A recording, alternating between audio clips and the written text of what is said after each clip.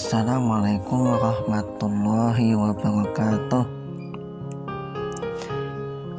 Sebelumnya, perkenalkan, saya Raihan Triatmojo dengan NIM B02210060 akan mempresentasikan hasil penelitian saya mengenai unsur kebahasaan yang ada di dalam naskah Munyat Al-Musalli karya Al-Alim Al-Alama Asy-Syaikh Daud bin Abdullah Al-Fatani. Tugas ini adalah tugas untuk memenuhi mata kuliah bahasa naskah yang diampu oleh Profesor Dr. Istadianta MS. Mari kita lanjut ke slide berikutnya. Yang pertama, kita akan membahas mengenai deskripsi naskah. Kita akan mulai dari asal-usul naskah terlebih dahulu. Kitab Munyat Al-Musalli ini merupakan sebuah karya fikih yang masyhur dalam bahasa Melayu, yang khusus membicarakan perkara-perkara yang berkaitan dengan sholat atau sembahyang. Kitab ini sangat terkenal di tanah Melayu sebagai buku rujukan dalam memahami bab sholat sebelum munculnya buku-buku dengan tulisan Rumi atau tulisan Latin yang menjelaskan tata cara sholat.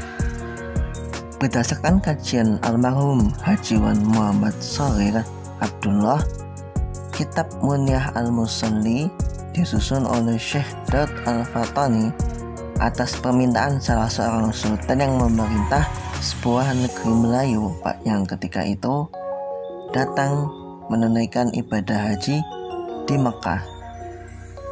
Oleh karena itulah, di bagian akhir kitab membicarakan mengenai sembahyang itu, beliau akhiri dengan sebuah tatimul faidah yang membicarakan mengenai kewajiban raja terhadap rakyat.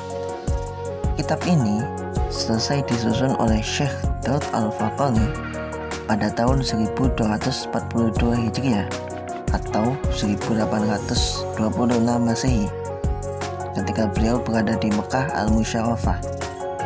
Beliau membuat catatan mengenai perkara ini di akhir kitab Munyat Al-Musalli.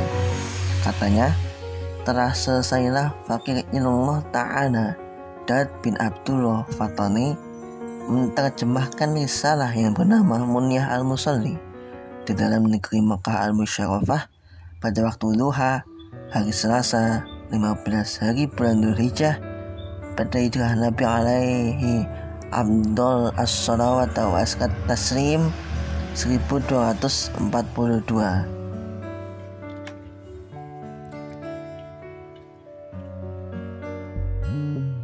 Selanjutnya, pada bagian selanjutnya saya akan menjelaskan mengenai bahasa yang digunakan di dalam naskah ini.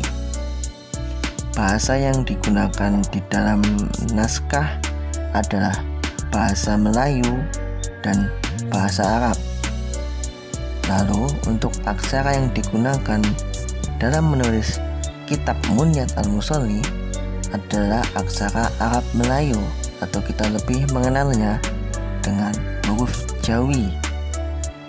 Sistem penulisan dalam naskah Munyat Al-Musalli adalah berbentuk prosa yang ditulis dalam bentuk narasi yang urutannya diawali dengan dalil, baik itu dari Al-Quran maupun hadis, dan dilanjutkan dengan terjemahan dalil tersebut menggunakan bahasa Melayu.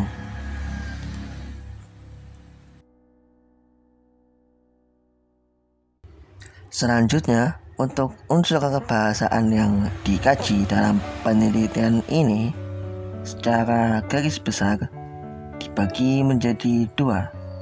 Yang pertama, yaitu kosakata bahasa Melayu yang juga ada di dalam bahasa Indonesia, tetapi mempunyai makna atau arti yang berbeda.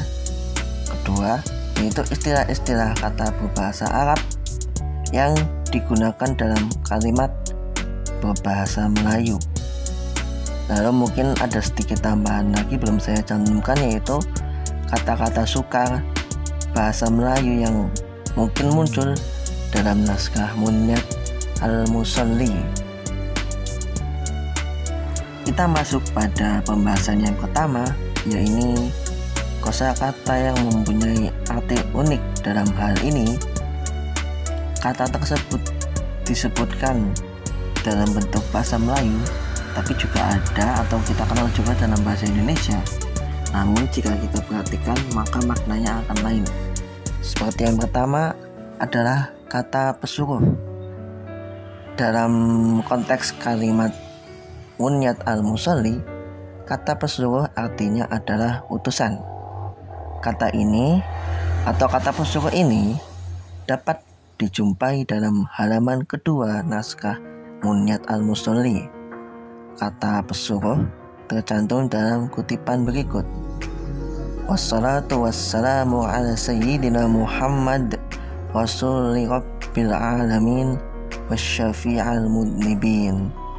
Dan rahmat Allah dan salamnya atas penghulu kita Nabi Muhammad, pesuruh Tuhan segala alam dan memberi syafaat akan segala orang yang berdosa pada hari kiamat. Jadi dapat kita maknai kata pesuruh dalam konteks kalimat tersebut adalah artinya utusan. Lalu kata yang kedua adalah kata ikutannya, yang berarti pengikutnya. Kata ini dapat dijumpai pada halaman kedua naskah Munyat Al-Musalli. Kata ikutannya dapat kita jumpai dalam kutipan berikut: wa ala alihi wa ashabihi wa itratihi tahirin salatan wa salaman daimaini ila yaumiddin. Dan atas segala keluarganya dan segala sahabatnya dan ikutannya daripada anak buah yang suci, mereka itu akan rahmat dan salam yang berkekalan keduanya hingga hari kiamat. Jadi ikutannya ini maknanya dalam bahasa Indonesia adalah pengikutnya.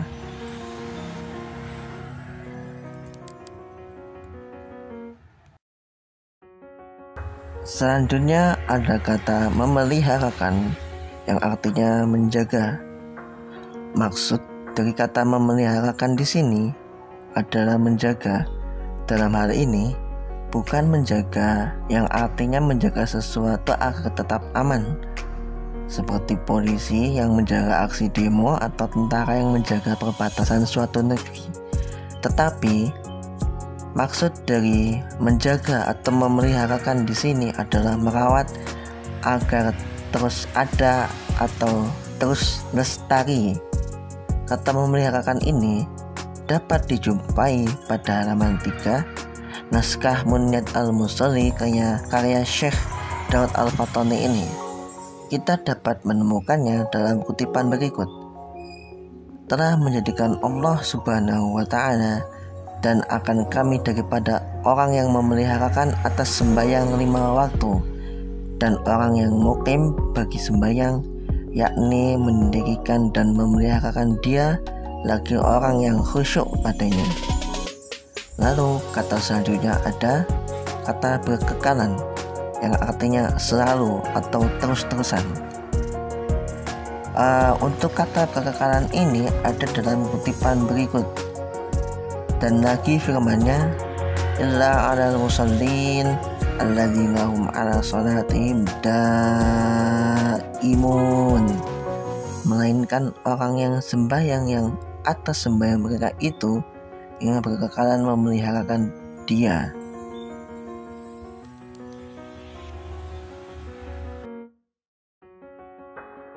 Selanjutnya kita menemukan kata rindu dendam, yang artinya adalah cinta dan kasih yang amat sangat. Berbeda dengan istilah dendam yang kita kenal dalam bahasa Indonesia, kata dendam dalam naskah Munyat Al-Musalli mempunyai arti perasaan cinta yang amat sangat. Untuk bukti kutipan dari kata tersebut bisa dilihat dalam kutipan berikut. Bermula sembahyang itu beradab Allah Ta'ala atas segala hambanya, supaya beradab segala hambanya kepadanya di dalam rupa kehambaan dengan keadaannya tajalli, yakni merendahkan diri, dan tasalluman, yakni menyerahkan dirinya bagi Tuhannya, dan tabasulan, yakni hina, dan makhasyu'an, yakni dengan khudu', dan nakhasyu'an, yakni dengan khusyuk, dan tarahuyun, yakni gemar dan suka, dan tamallak, yakni rindu dendam. Lalu selanjutnya ada kata ahli yang artinya keluarga. Kata ahli di sini bukan bermakna mahir atau profesional seperti dalam pemahaman kita pada umumnya, akan tetapi kata ini berasal dari bahasa Arab yang artinya memang keluarga. Kata ini dapat dijumpai dalam naskah Munyat Al-Musalli halaman 12. Berikut kutipannya. Firman Allah, wa'mur ahlaka bis sholati wastabir 'alaiha nas'aluka rizqan nahnu narzuquk. Suruh oleh kamu akan ahli kamu dengan mendirikan sembahyang dan sabar atasnya. Tiada kami pinta akan kamu rezeki, kami yang memberi rezeki akan kamu.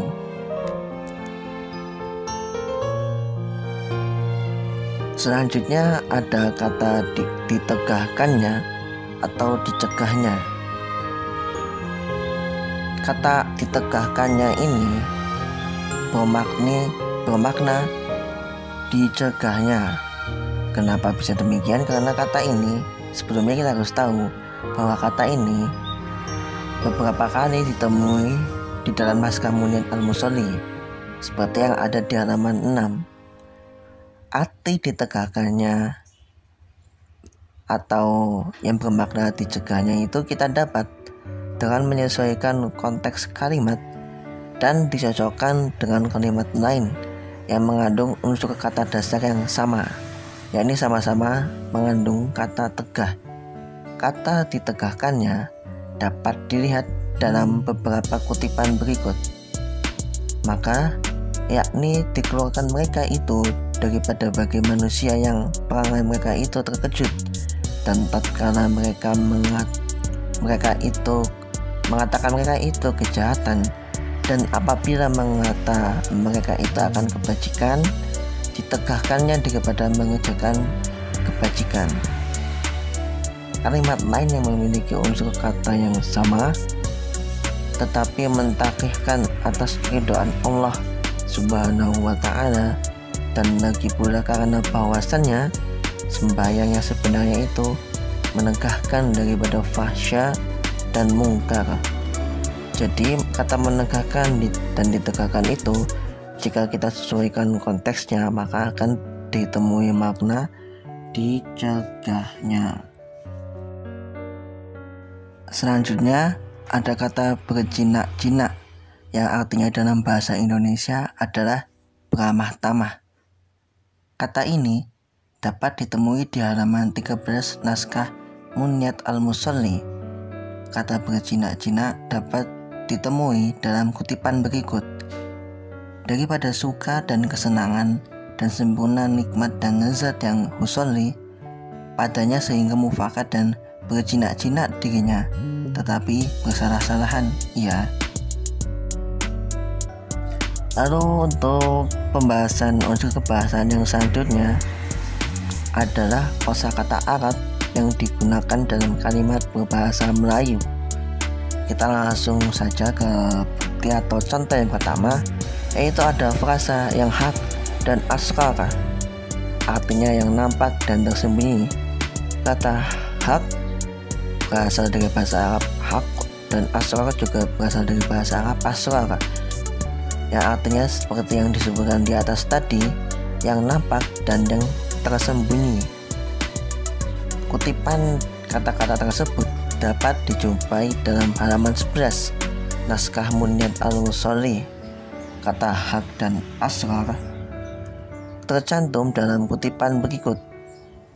Dan apa cara Tuhannya, dan nyatalah padanya itu segala hak itu dan asrar, dan teranglah padanya cemerlang segala cahaya, dan adalah padanya munajat hamba dengan Tuhannya, dan jernih hatinya dan syarahnya, dan ialah perhubungan antara hambanya dan Tuhannya Azza wa Jalla.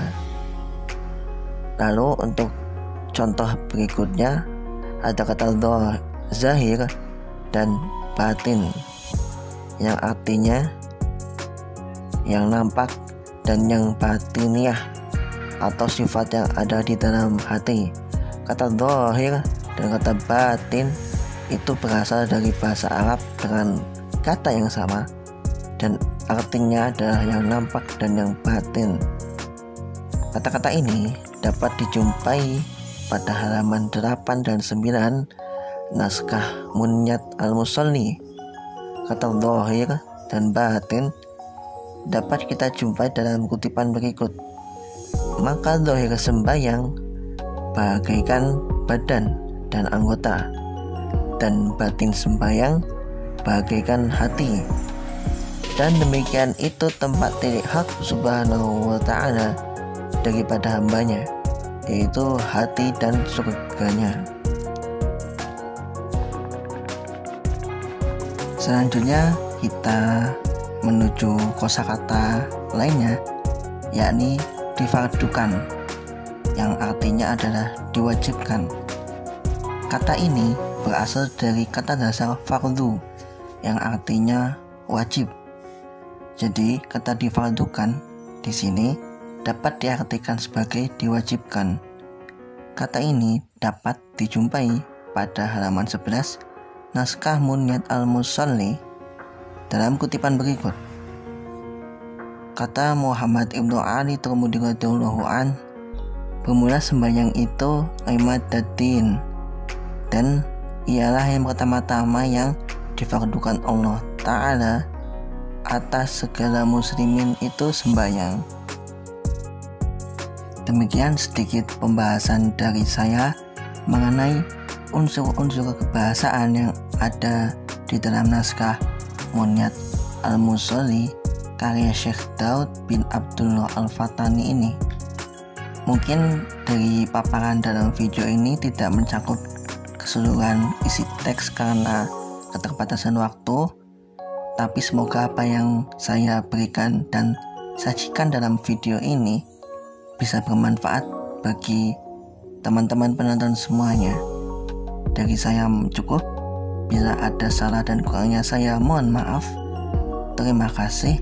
Assalamualaikum warahmatullahi wabarakatuh.